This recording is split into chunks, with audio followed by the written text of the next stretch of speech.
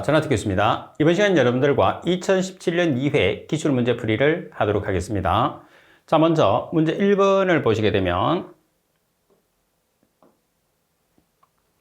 자, 문제 1번입니다. 산소 포화 농도가 9mg/L인 하천에서 처음에 용존 산소 농도가 7mg/L라면 3일간 흐른 후에 하천 하류 지점에서의 용존 산소 농도는 얼마인가? BODU는 10mg/L, 탈산소 계수는 0.1/day, 제포기 계수는 0.2/day, 상용대수 기준. 자, 여기서 상용대수 기준이라는 것은 밑수를 10을 사용하라는 뜻입니다. 그죠? 그러면 지금 여러분들 3일 후에 하천에 녹아있는 산소의 양을 계산을 하시고 그랬으니까 3일 후 하천의 산소의 부족 농도를 계산하시면 돼요. 그래서 산소의 부족 농도를 계산한 다음에 포화산소 농도에서 빼주면 하천에 녹아있는 산소량이 나오는 거죠. 따라서 산소 부족 농도 구하는 DT 구하는 식은 상당히 자주 사용하기 때문에 꼭 기억을 해야 됩니다. K1 곱하기 L0 나누기 K2-K1 곱하기 10의 K1T 마이너스 10의 K2T 전체 플러스 D0 곱하기 10의 K2예요. 자, 여기서 여러분들이 10을 사용하는 것은 밑수를 상용대수를 기준하기 때문입니다. 자, 그리고 L0라는 것은 최종 BODU가 되는 거죠. K1이라는 것은 탈산소 계수, K2라는 것은 제포기 계수, 그리고 D0라는 것은 초기 산소 부족 농도로 포화산소 농도에서 여러분들이 그 초기 산소 부족 농도를 빼주시면 돼요. 초기 산소 부족 농도가 얼마냐면 지금 초기 산소 부족 농도가 여기서 지금 초기 산소 농도를 빼주면 되는 거죠. D0라는 것은 초기 산소 부족 농도이기 때문에 포화산소 농도에서 하천에 녹아있는 초기 산소 농도를 빼주는 거죠. 그러면 지금 포화 농도가 9고 하천에 녹아있는 산소가 7이에요. 그러면 2mg/L가 뭐가 되는 거죠? D0가 된다 이렇게 보시면 됩니다. 자, 그래서 대입을 했을 때 K1 자리에 0.1/day, K2 자리에 0.2/day, 그리고 L0, BODU, L0는 10mg/L, 그리고 D0는 2mg/L를 대입해서 여러분들이 계산기를 이용해서 계산을 하시면 돼요. 자, 이렇게 계산을 했어요. 그러니까 얼마가 나오느냐 하면 3일 후에 하천에 녹아있는 산소의 부족 농도는 3mg/L가 나왔어요. 그러면 3일 후 하천에 녹아있는 산소의 농도를 계산하려고 하면 가장 큰 값이 포화산소 농도거든요. 그래서 포화산소 농도 CS에서 3일 후 하천의 산소 부족 농도, 우리가 DT 계산했잖아요. 그 값을 빼주시면 돼요. 그래서 포화 DO 농도가 9mg/L, DT 3일 후 산소의 부족 농도가 3.0mg/L, 따라서 3일 후 하천에 녹아있는 산소의 농도는 6.0mg/L가 된다는 거죠. 따라서 결과적으로 DT라는 산소 부족 농도를 여러분들이 계산을 해야 되니까 그 공식을 숙지하고 있는 것이 가장 핵심이다. 이렇게 볼 수가 있습니다. 자, 그리고 문제 2번. 담수와 해수에 관한 내용으로 틀린 것은 어느 것인가? 답은 해수의 용존 산소 포화도는 담수보다 작은데 주로 해수 중의 염류 때문이다. 그래서 여러분들 포화도에 관계 있는 것은 염류가 아주 영향을 많이 미칩니다. 나번에 업웰링이라는 것은 용성류죠. 담수가 해수의 표면으로 상승하는 현상이다. 담수가 해수의 표면으로 여러분들 상승하는 현상이 아니고 심수청에서 표수청으로 물이 상승하는 현상을 이야기합니다. 그리고 답은 해수의 주요 성분은 염소, 나트륨, 황산이온 등이 가장 많다. 그래서 여러분들 홀리7으로 공부를 했었죠. 그리고 하구에서는 담수와 해수가 쐐기 형상으로 교차한다. 따라서 설명이 잘못된 것은 나번이 정답이 되고요. 자, 그리고 문제 3번에 보시게 되면 생물체 내에서 일어나는 에너지 대사에 적용되는 연력학 법칙에 대한 설명으로 틀린 것은 어느 것인가? 답은 에너지의 총량은 일정하다. 그리고 답은 자연적인 반응은 질소도가 커지는 방향으로 진행한다고 그랬어요. 질소도가 작아지는 방향으로 진행하는 게 일반적인 특징이죠. 답은 엔트로피는 끊임없이 증가하고 있다. 답은 절대온도 0K에서는 분자운동이 없으며 엔트로피는 제로이다. 이 문제 또한 출제됐을 때는 동일하게 출제되는 문제 경향을 가지고 있습니다. 자, 그리고 문제 4번에 보시게 되면 분변성 오염을 나타낼 때 사용되는 지표 미생물이 갖추어야 할 조건으로 틀린 것은 어느 것인가? 답은 사람의 대변에만 많은 수로 존재해야 한다. 답은 자연 환경에는 없거나 적은 수로 존재해야 한다. 답은 비병원성으로 간단한 방법에 의해서 쉽고 빠르게 검출될 수 있어야 된다. 답은 병원균보다 적은 수로 존재하고 그리고 자연 환경에서 병원균보다 생존력이 약해야 된다고 그랬어요. 자, 랍을 보면 병원균보다 적은 수로 존재하는 게 아니고 많은 수로 존재를 해야 하고 자연 환경에서는 병원균보다 생존력이 약해야 된다가 아니고 강해야 된다. 그래서 서로 반대되는 설명으로 정답을 만들어 놨습니다. 자, 그리고 문제 5번을 보도록 하겠습니다. 문제 5번에 보시게 되면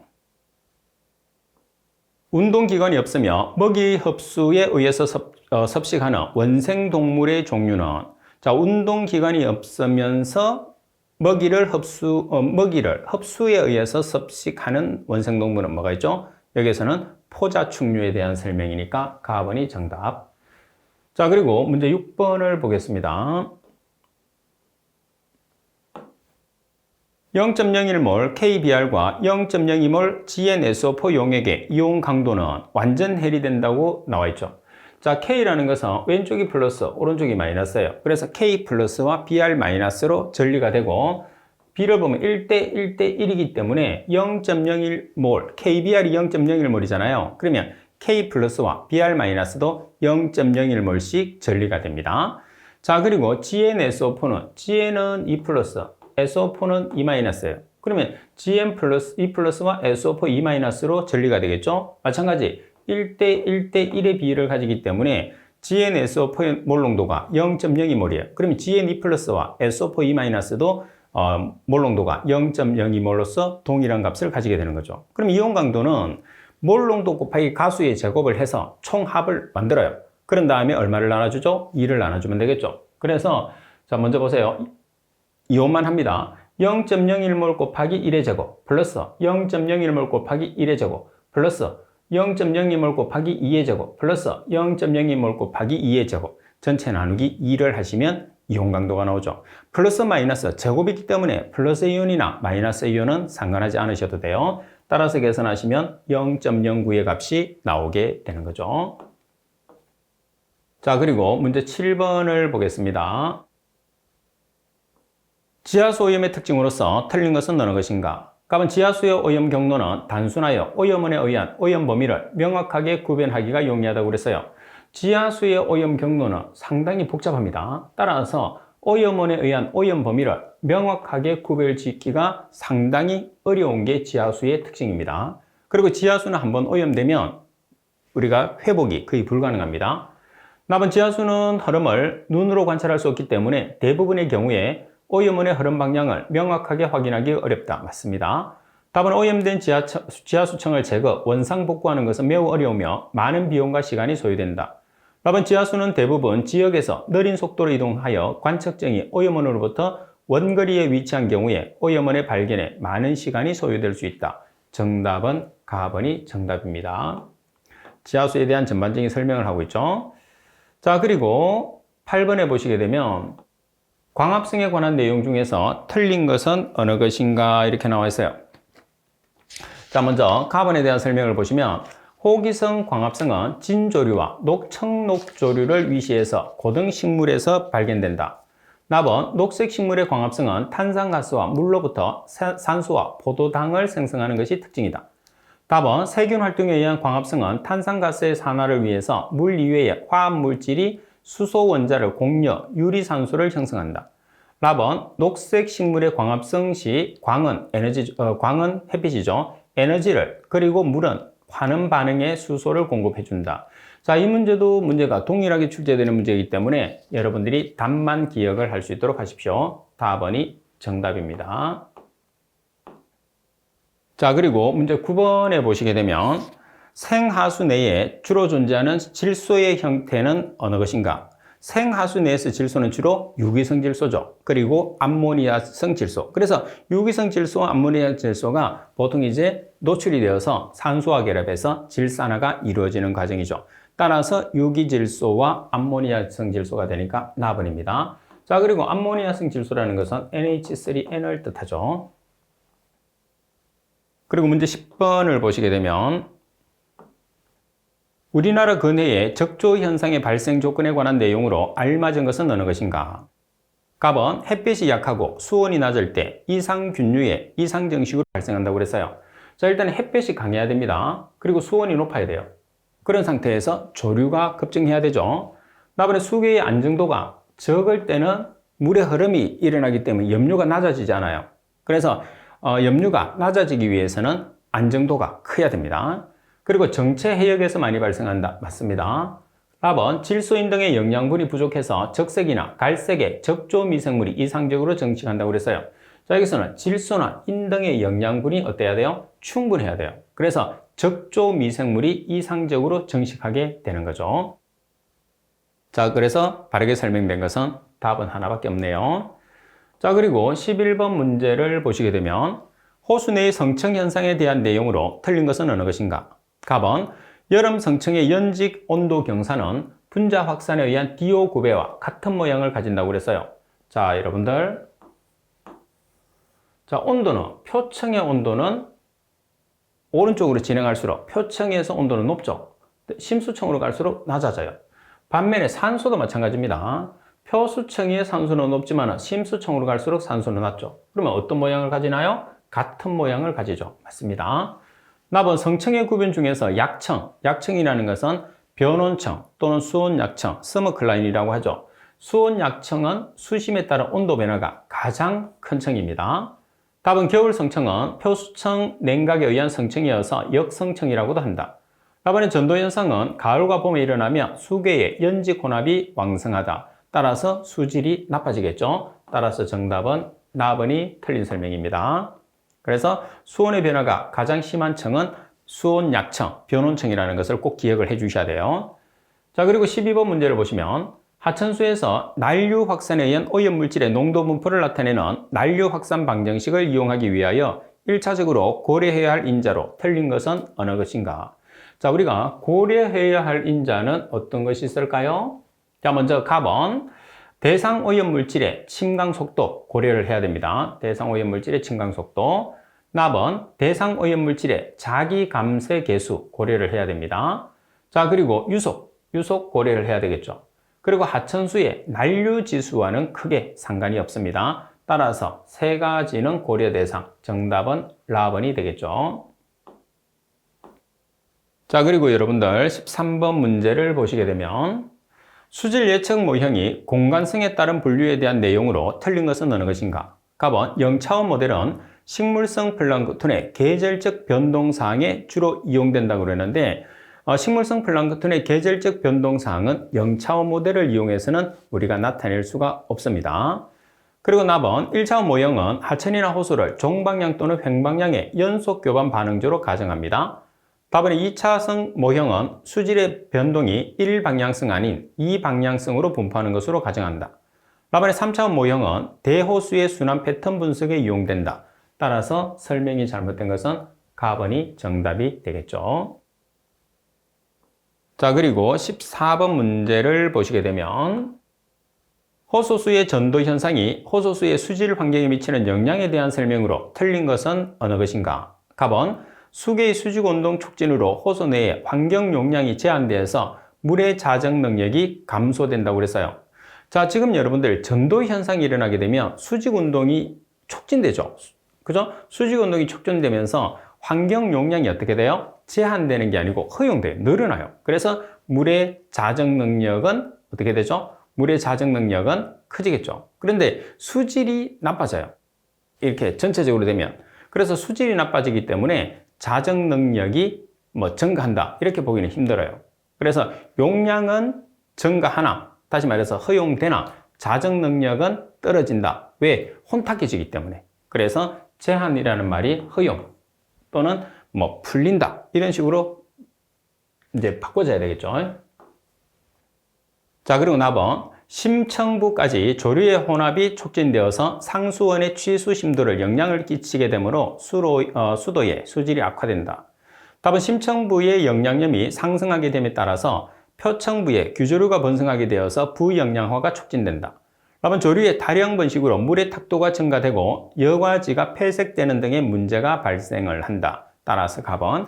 그래서 말씀드린 건 전도 현상 자체에 따라서 우리가 자정 능력이 증가한다고 보는 사람도 있고 감소한다고 보는 사람도 있는데 전도 현상이 계속적으로 일어나면서 물의 순환이 일어나면 자정장이 커지는데 그 호수 같은 경우는 그렇지 장수가 이렇게 계속 흐르는 상태가 아니잖아요. 그래서 자정작용이 일어나면 혼탁한 상태가 되기 때문에 자정 능력이 떨어질 수밖에 없다. 이렇게 보는 게 맞을 수도 있습니다. 그래서 견해가 조금 다르죠.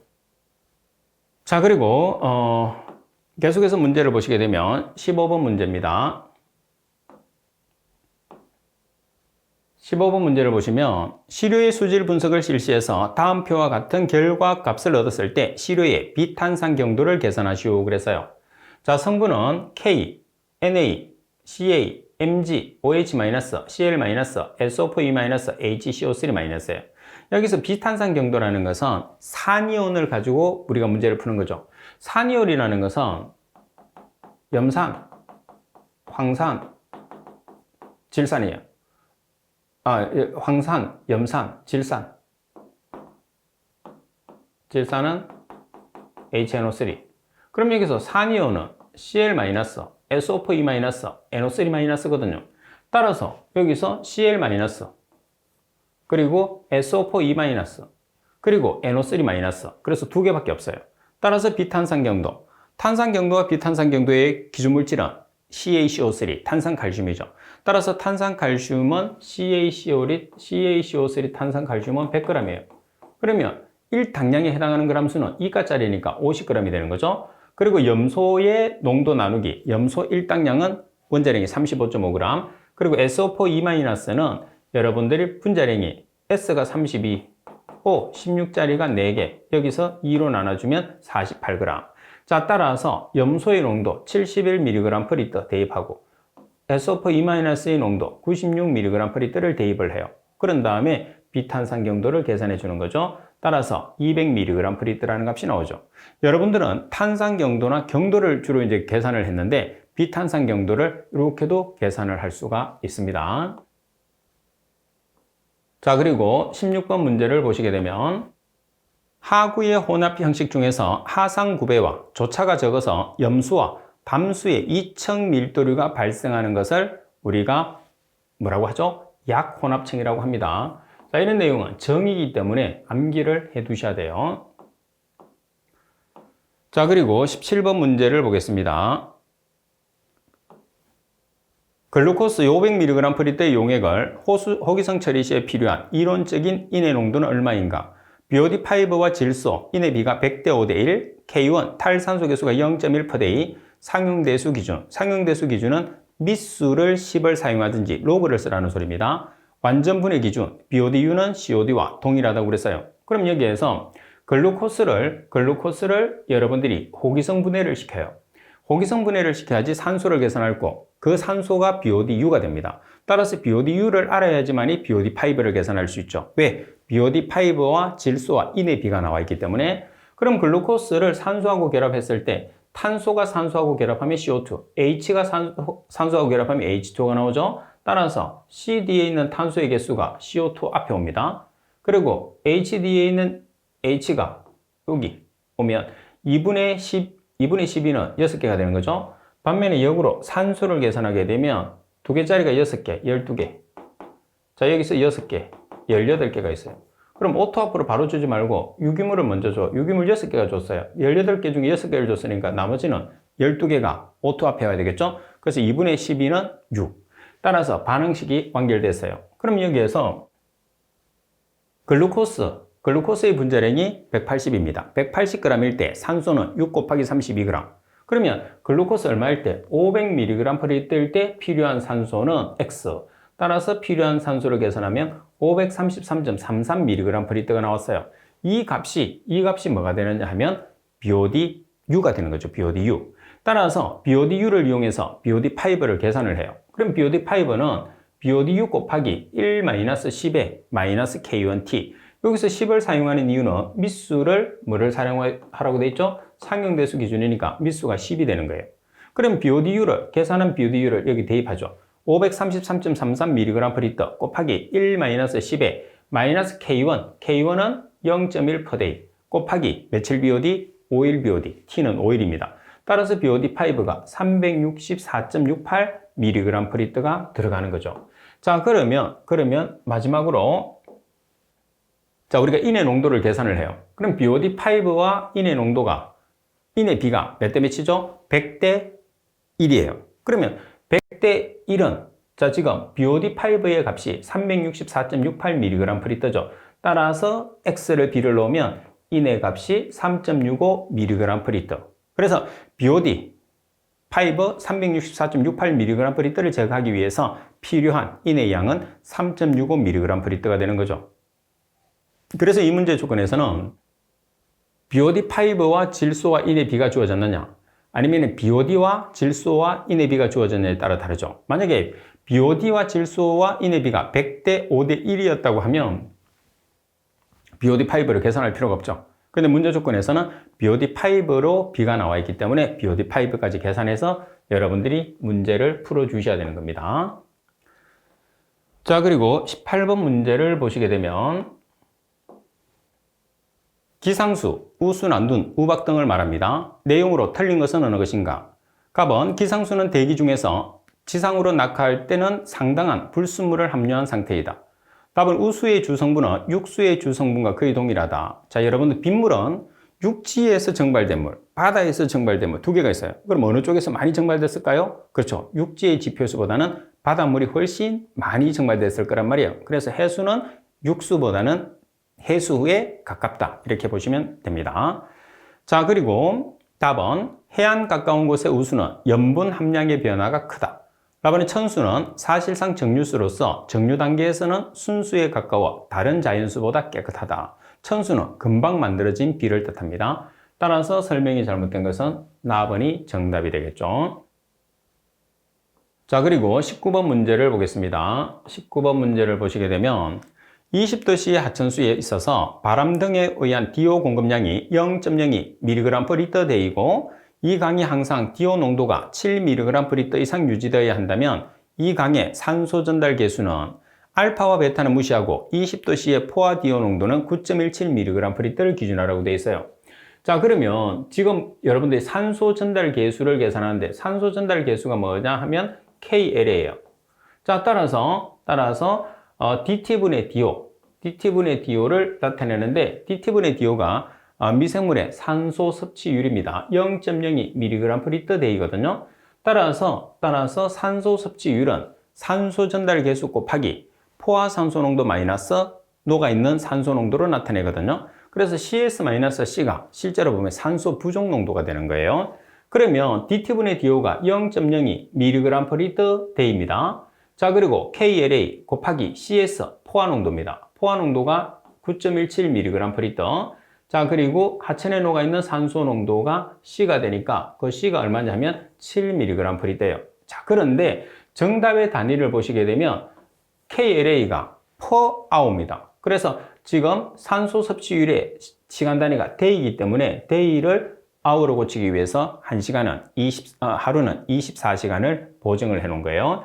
따라서 KLA에 대한 식으로 정리를 하시게 되면 얼마의 값을 가지느냐면 3.84 곱하기 10의 마이너스 4성 per hour가 되는 거죠. 그래서 여러분들이 계산하는 문제 같은 경우에서는 시간 단위를 보정하는 게 일반적인 경우로 많아요. 그래서 시간 단위는 정확하게 여러분들이 보정할 수 있게끔 항상 준비를 해 놓으셔야 됩니다. 자, 그리고 20번 문제를 보시게 되면 호수의 수질 관리를 위해서 일반적으로 사용할 수 있는 예측 모형으로 틀린 것은 어느 것인가? 답은에 WASP5 모델, 답은에 WQRRS 모델, 답은에 POM 모델, 답은에 볼렌와이드 모델. 자, 여기서 여러분들이 부영양화에 관계된 대표적인 모델은 WQRRS 모델, 그리고 인부하량을 이용해서 적조를 나타내는 부영양화를 나타내는 모델은 볼렌와이드 모델입니다. 자, 그리고 여기에서 수질에 관계되는 모델이 아닌 것은 POM 모델. POM 모델은 자주 문제가 똑같이 나오죠. 해양 대순환 모델에 해당합니다. 자, 그리고 21번 문제를 보겠습니다. 정수시설의 시설 능력에 대한 설명이다. 갈로 안에 들어갈 알맞은 말은 소비자에게 고품질의 수도 서비스를 중단 없이 제공하기 위하여 정수시설은 유지 보수, 사고 대비, 시설 개량 및 확장 등에 대비하여 적절한 예비 용량을 갖춤으로써 수도 시스템으로서의 안정성을 높여야 한다. 이를 위하여 예비 용량을 감안한 정수시설의 가동용은 갈로 내외가 적당하다. 대부분이 퍼센트로 나와요. 가동률에 관계되는 갈로는 75% 내외가 대부분이 정답이 됩니다. 따라서 다번이 정답이 됩니다. 자, 그리고 22번 문제를 보시게 되면 상수도 관의 부식의 종류 중에서 매크로셀 부식으로 틀린 것은, 자, 여러분들 시험에서 보면 자연 부식이 두 가지가 있죠. 매크로셀 부식이 있고 마이크로셀 부식이 있어요. 이 두 가지를 반드시 비교를 해야 됩니다. 시험에서 상당히 자주 나와요. 그럼 매크로셀은 콘크리트, 토양, 이종금속, 산소, 농담, 다른 말로 통기차죠. 자, 그리고 마이크로셀은 산성 토양, 박테리아, 일반 토양, 대기 중 부식이에요. 그리고 전기식은 간섭이고 꼭 정리를 해 놓으셔야 됩니다. 자, 그럼 여기에서 매크로셀 부식으로 틀린 것을 찾으시오 그랬어요. 그러면 라번의 박테리아는 어디에 해당하죠? 마이크로셀 부식에 해당하죠. 따라서 라번이 정답. 따라서 팁에 있는 내용을 여러분들이 숙지를 해야지 보기가 바뀔 수가 있으니까 반드시 팁을 숙지하도록 하십시오. 자, 그리고 23번 문제를 보겠습니다. 경사가 2%이라는 것은 1000분의 2가 되는 거죠. 하수관과의 길이가 6000m일 때 상류관과 하류관의 고저 차이는 얼마인가 그랬어요. 자, 그림으로 나타내 보면, 자, 델타 L, 델타 H, 그리고 기울기. 그러면 지금 여기에서 경사가 얼마라고 했어요? 1000분의 2. 자, 그리고 길이가 6000m. 그래서 뭐를 계산하냐? 고저차, 델타 H를 계산을 하는 거예요. 따라서 경사에 1000분의 1을 대입하고, 그리고 길이 6000m, 그리고 델타 H에 대한 식으로 정리하면 델타 H는 12m가 되겠죠. 자, 그리고 24번 문제를 보시게 되면 지하수 치수 시에 적용되는 양수량 중에서 적정 양수량의 정의로 알맞은 것은, 그래서 적정 양수량이라는 것은 한 개 양수량 중에서 기준을 잡는 거죠. 그래서 적정 양수량은 한 개 양수량의 몇 퍼센트? 70% 이하를 뜻합니다. 그래서 한 개 양수량의 70% 이하의 양수량. 자, 그리고 25번 문제입니다. 25번은 항상 나온다고 보셔야 되죠. 지금은 여러분들이 자주 보지 않았지만 상하수도에서 나오는 내용들은 언제든지 나온다고 생각하고 준비를 해놔야 돼요.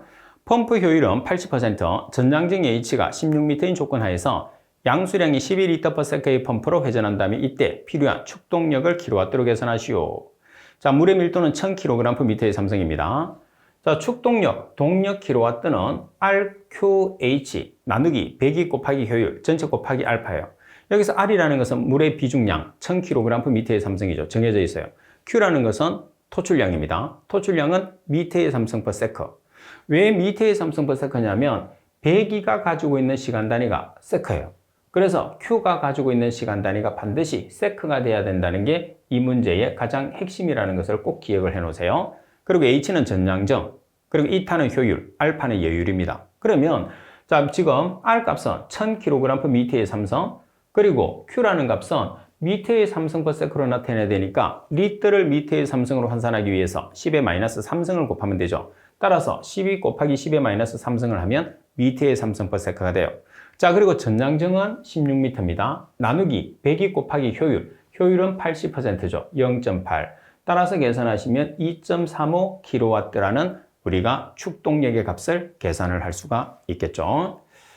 자, 그리고 문제 조건에서 만약에 킬로와트 대신에 HP나 PS로 문제를 묻는 경우가 있어요. 그러면 102 대신에 얼마를 바꿔놓죠? 75를 바꿔놓으면 HP나 PS로 계산을 할 수가 있습니다. 마력이죠. 자, 그리고 26번 문제를 보시게 되면 양수량이 14m의 삼성/ml, 전량정이 10m, 회전수가 1100rpm, 비교 회전도는 얼마인가? 항상 문제가 나오는 거죠. 그죠? 자, 비교 회전도 NS는 규정 회전수 곱하기 Q의 2분의 1성, H의 4분의 3성이에요. 자, Q라는 것은 토출량인데 단위가 뭐죠? 분. 꼭 기억을 해야 됩니다. 자, 그러면 N은 1100rpm, Q 14m의 삼성/ml의 2분의 1성, H 전장정 10m의 4분의 3성. 응용이 하나도 없어요. 그래서 문제가 이렇게 돌아가면서 숫자를 조금 바꿀 뿐이지 응용이 없는 경우도 있어요. 근데 여기서 응용을 하게 되면 뭐죠? 회전수 RPM 대신에 뭘로 주는 거죠? 회/초, 초당 회전수로 주는 거예요. 그럼 초당 회전수를 주게 되면 어떻게 해요? 분당 회전수로 바꾸면 되죠. 왜? RPM이라는 게 분당 회전수이기 때문에. 따라서 계산하시게 되면 732 RPM. 항상 시험에 나오는 문제라고 생각하고 꼭 맞춰주셔야 됩니다. 자, 그리고 27번입니다. 취수시설에서 침사지에 대한 내용으로 틀린 것은, 침사지라는 것은 우리가 침전시키는 물질이 두 개가 있죠. 유기물과 무기물이 있는데 무기물을 침전시키는 장소를 침사지라고 합니다. 자, 답은 지의 위치, 여기서 지는 침사지가 되겠죠. 지의 위치는 가능한 취수구에 근접하여 제내지에 설치한다. 답은 지의 상단 높이는 고수위보다 0.3에서 0.6m의 여유고를 두는 게 아니라 얼마를 두죠? 0.6에서 1m의 여유를 둡니다. 그리고 답은 지의 고수위는 계획 치수량이 유입될 수 있도록 치수구의 계획 최저수 이하로 정한다. 답은 지의 길이는 폭의 3에서 8배, 지의 평균 요속은 2에서 7cm/s를 표준으로 한다. 지의 평균 요속도 시험에서 자주 나오는 편입니다. 단위를 잘 봐놓으세요. 2에서 7cm/s입니다. 그리고 취수시설이 상수시설이거든요. 취수시설인 상수시설하고 그리고 우리가 하수를 처리하는 침사지는 속도가 달라요. 따라서 정답은 나번. 자, 그리고 28번 문제를 보겠습니다. 캐비테이션을 우리가 뭐라고 하죠? 공동현상이라고 하죠. 캐비테이션의 발생을 방지하기 위한 대책으로 틀린 것은 어느 것인가? 중요한 문제입니다. 답은 펌프의 설치 위치를 가능한 낮추어서 가용 유효 흡입수들을 크게 한다. 답은 펌프의 회전 속도를 낮게 선정을 해서 필요 유효 흡입수들을 크게 하는 게 아니고 작게 하는 거죠. 그리고 흡입측 밸브를 완전히 개방하고 펌프를 운전합니다. 그리고 흡입관의 손실을 가능한 한 작게 하여 가용 유효 흡입수도를 크게 한다. 따라서 네 가지의 캐비테이션의 발생 조건이 있거든요. 방지 조건. 그래서 이 네 가지는 여러분들이 꼭 숙지를 해 주셔야 됩니다. 자, 그리고 29번 문제를 보겠습니다. 29번 문제를 보시게 되면 정수시설인 급속여과지 시설 기준에 대한 내용으로 틀린 것은 어느 것인가? 답은 여과 면적은 계획 정수량을 여과 속도로 나누어 계산한다. 맞습니다. 답은 한지의 여과 면적은 200제곱미터 이상으로 한다고 그랬어요. 한지의 여과 면적은 얼마죠? 150제곱미터 이하로 하는 거죠. 그래서 150제곱미터 이하. 그리고 답은 여과 모래의 유효경이 0.45에서 0.7mm의 범위인 경우에는 모래층의 두께는 60에서 70cm를 표준으로 한다. 답은 여과 속도는 120에서 150m/day를 표준으로 한다. 속도는 120에서 150m/day. 자, 그래서 이 두 가지는 상당히 중요한 내용입니다. 답은이 정답. 자, 그리고 30번 문제를 보겠습니다. 정수시설인 망여과 시설에서 망모듈의 파울링에 해당하는 내용은 파울링이라는 것은 외부적인 요인에서 발생되는 것, 주로 관의 막힘 현상이죠. 자, 그리고 열화라는 것은 내부적인 요인에 의해서 발생하는 겁니다. 가번에 망모듈의 공급 유로 또는 여과수 유로가 고형물로 폐색되어서 흐르지 않는 상태에 막혔어요. 그럼 찌꺼기에서 막히니까 외부적인 요인이죠. 뭐가 되는 거죠? 파울링이 되는 거예요. 자, 반면에 납은 미생물과 막재질의 자화 또는 분비물 작용에 의한 변화, 답은 건조되거나 수축으로 인한 막 구조의 비가역적인 변화, 답은 원수 중의 고형물이나 진동에 의한 막 면적의 상처나 마모, 파단. 그래서 나번과 다번과 라번 같은 경우에는 내부적인 요인에 의해서 일어나는 열화에 대한 설명이죠. 따라서 파울링에 대한 설명은 가번이 정답이 됩니다. 자, 그리고 31번 문제를 보시게 되면 급수시설의 설계 유량에 관한 내용으로 틀린 것은 어느 것인가? 답은 수원지, 저수지, 유역 면적 결정에는 1일 평균 급수량이 기준이 된다. 답은 배수지, 송수관 구경 결정에는 1일 최대 급수량 기준. 답은 배수 본관의 구경 결정에는 시간 최대 급수량 기준. 답은 정수장의 설계 유량은 1일 평균 급수량 기준. 정수장의 설계 유량은 1일 평균 급수량이 아니고 시간 최대 급수량을 기준합니다. 1일 평균 급수량이 아니고 시간 최대 급수량. 따라서 라번이 정답. 그래서 이런 문제들이 좀 까다로운 문제예요. 그죠? 그리고 32번 도시의 상수도 보급을 위해서 최근 7년간의 인구를 이용해서 급수 인구를 추정하려고 한다. 최근 7년간 도시의 인구가 다음과 같은 경향을 나타낼 때 2018년도의 인구를 등차급수법으로 추정한 것은 어느 것이냐고 그랬어요. 자, 우리가 연간 증가되는 평균 인구수를 알아서 등차급수법을 이용을 하는 거죠. 그러면 자, 여기서 여러분들이 등차급수법으로 계산을 하는 식을 먼저 알아놔야 되겠죠. P는 P0 플러스 N 곱하기 A예요. P0라는 것은 지금 현재 인구수입니다. 현재 인구수. 자, 그리고 N이라는 것은 설계 연도, 그리고 A라는 것은 연평균 인구 증가율이에요. 그러면 연평균 인구 증가율 A부터 계산을 합니다. 그럼 연평균 인구 증가율은 지금 현재 인구수 마이너스, 자, 우리가 2018년도를 기준으로 한다고 그랬어요. 그죠? 자, 2018년도의 값을 계산을 하는데 지금 여러분들이 우리가 설계 기간은 몇 년을 기준하는 거죠? 지금 2014년이 마지막이니까 2014년에서 2008년으로 거슬러 가는 거예요. 그러면 2014년의 인구가 22만 5,270명, 그리고 2008년의 인구수가 15만 7천명이에요. 그럼 몇 년을 거슬러 갔죠? 6년. 그래서 나누기 6년. 이렇게 하면 연간 인구 증가율이 나와요. 연간 평균 인구 증가율. 자, 그러면 이 값을 A 값에 들어가는 거죠.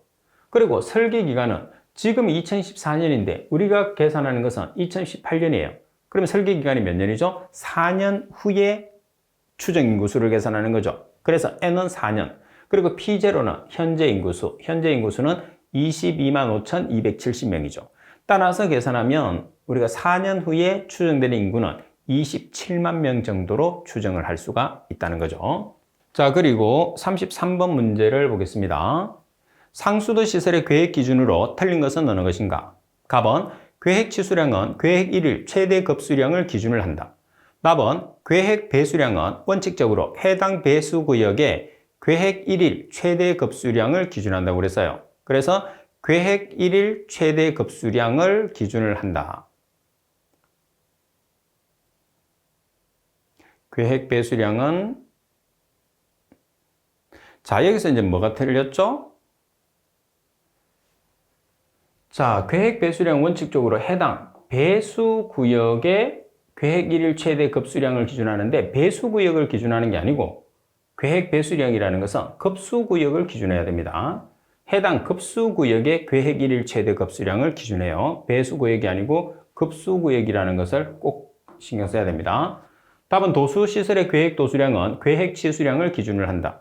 답은 계획 정수량은 계획 1일 최대 급수량을 기준을 한다. 따라서 설명이 잘못된 것은 나번의 설명이 잘못됐죠. 자, 그리고 34번 문제를 보시게 되면 34번 최근 정수장에서 응집재로서 많이 사용되고 있는 폴리염화 알루미늄 고분장 집재입니다. 관한 내용으로 알맞은 것은 어느 것인가 그랬어요. 그러면 황산 알루미늄하고 비교하겠죠. 따라서 황산 알루미늄에 비해서 적정주의 pH의 범위가 넓어요. 그 다음에 알카리도의 감소가 적어요. 그러면 가장 좋은 장점을 가지고 있다는 소리잖아요. 그죠? 따라서 가장 좋은 장점을 가지고 있는 게 가장 좋은 거예요. 따라서 34번의 정답은 바로 가번이 바로 정답이 됩니다. pH 범위가 넓고 알카리도의 감소가 적은 게 고분자 응집제다. 가번이 정답. 자, 그리고 35번 문제를 보겠습니다. 하수 관거 설계 시 오수 관거의 최소 관경 기준으로 알맞은 것은, 자, 오수 관거의 최소 관경이 얼마냐 하면 250mm예요. 그러면 250mm를 답을 찾으면 안 돼요. 왜? 여기 표준이라는 말이 있어요. 표준이 되면 여기서 얼마만큼 마이너스를 하느냐 하면 50mm를 빼줘요. 그러면 최소 관경은 250mm인데 표준을 나타낼 때는 200mm가 정답이 되는 거죠. 따라서 나번이 정답. 많이 헷갈려 하는 문제입니다. 자, 그리고 36번 문제를 보시게 되면 도수거에 관한 내용으로 알맞은 것은 어느 것인가? 답은 도수거의 개수로 경사는 일반적으로 100분의 1에서 300분의 1의 범위로 선정한다고 그러는데 100분의 1에서 300분의 1이 아니고 1000분의 1에서 3000분의 1입니다. 답은 개거나 암거인 경우에서는 대개 30에서 50m 간격으로 시공 조인트를 겸한 신축 조인트를 설치한다. 답은 도수거에서 평균 유속은 최대 한도, 최대 값은 얼마가 되느냐 하면 3.0m/s예요. 자, 라번의 최소 유속은 얼마죠? 0.3m/s예요. 따라서 바르게 설명된 것은 나번이 정답이 되겠죠. 자, 그리고 37번 문제를 보시면 하수 슬러지 소각을 위한 소각로 중에서 건설비가 가장 많이 드는 것은, 자, 건설비가 가장 많이 드는 것은 뭐냐면 건조 소각로가 되겠죠. 건설비니까. 그래서 기류 건조 소각로가 정답이 됩니다. 따라서 답은입니다. 여기에서는 건설비가 아니고 건설비죠. 건설비. 제가 착각했습니다. 자, 하수 슬러지 소각을 하는 여러 가지 소각장이 있는데 건설비가 가장 많이 드는 것은, 그러면 비용이 가장 많이 드는 거라고 그랬어요. 그러면 비용이 많이 드는 것은 일반적으로 하수 소각로 같은 경우에서는 여러 가지 고효물이나 이렇게 함수율이 많이 포함되어 있는 슬러지거든요. 그래서 기류를 이용해서 건조를 시켜서 소각을 하게 되면 아무래도 비용적인 측면에서 많이 소요돼요. 따라서 기류 건조 소각로가 비용이, 다시 말해서 건설비가 가장 많이 든다 이렇게 보시면 됩니다. 자, 그리고 38번 문제를 보시게 되면 상수 관로의 길이가 800m, 내경이 200mm에서 유속이 2m/s를 올 때 관마찰 손실 수도는 얼마인가? 자, 여기서 마찰 손실 계수는 0.0입니다. 자, 그리고 식은 다르시 웨이스비치의 공식을 사용하라고 그랬어요. 그러면 다르시 웨이스비치 공식에서 손실 수도를 나타냈을 때 F 곱하기 D분의 L 곱하기 2G분의 V제곱의 공식을 사용을 하게 됩니다. 자, 그럼 F라는 것은 마찰 손실에 0.02가 들어갑니다. 그리고 L이라는 것은 길이 800m가 들어가겠죠. D라는 것은 내경 200mm니까 0.2m가 들어가겠죠. D는. 자, 그리고 V는 속도입니다. 2m/s가 들어가겠죠. 그리고 G는 정해져 있죠. 중력가 속도는 9.8m/s의 제곱. 자, 따라서 다르시 웨이스비치에 의해서 여러분들이 계산을 하시게 되면 16.3이라는 손실 수도의 값을 계산을 할 수가 있습니다. 공식이 주어지는 경우도 있겠지만 공식이 주어지지 않기 때문에 암기를 해 주시는 게 좋아요. 그리고 39번 상수도 기본계획 수립 시에 기본사항에 대한 결정 중에서 계획연도에 대한 설명으로 알맞은 것은, 자, 여러분들이 상수도의 계획연도는 15에서 20년, 하수도의 계획연도는 20년 반드시 숙지를 해야 됩니다. 지금 문제에서는 상수도에 대한 기본계획이죠. 따라서 상수도는 15에서 20년이 되니까 정답은 나번, 하수도로 나오면 20년이 정답이 되는 거죠. 자, 그리고 40번 문제를 보겠습니다.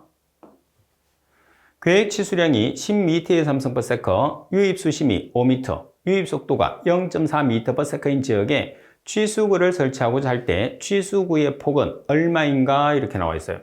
자, 그러면 여러분들 취수량이라는 것은 면적 곱하기 속도잖아요.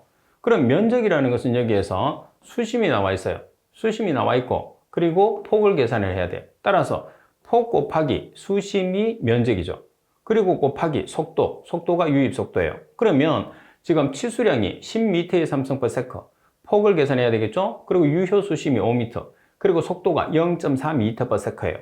따라서 폭에 대한 값으로 정리해서 계산하면 5.0m. 그래서 이런 문제 같은 경우에서는 기사에서 출제하기에는 조금 쉬운 문제, 난이도가 아주 쉬운 문제죠. 그래서 상하수도 같은 경우에서는 다른 과목에 비해서 기사 학생들이 아주 문제를 쉽게 풀 수 있는, 그래서 몇몇 문제를 제외한 나머지는 거의 대부분이 고득점을 맞출 수 있는 내용의 문제들이 출제되기 때문에, 그러니까 동일한 문제들이 많이 출제되기 때문에 고득점이 나오는 거죠. 그래서 철저한 수험 준비를 해서 상하수도에서는 고득점이 나오게 하는 것이 중요합니다. 자, 이번 시간 수업은 이것으로 마치도록 하겠습니다.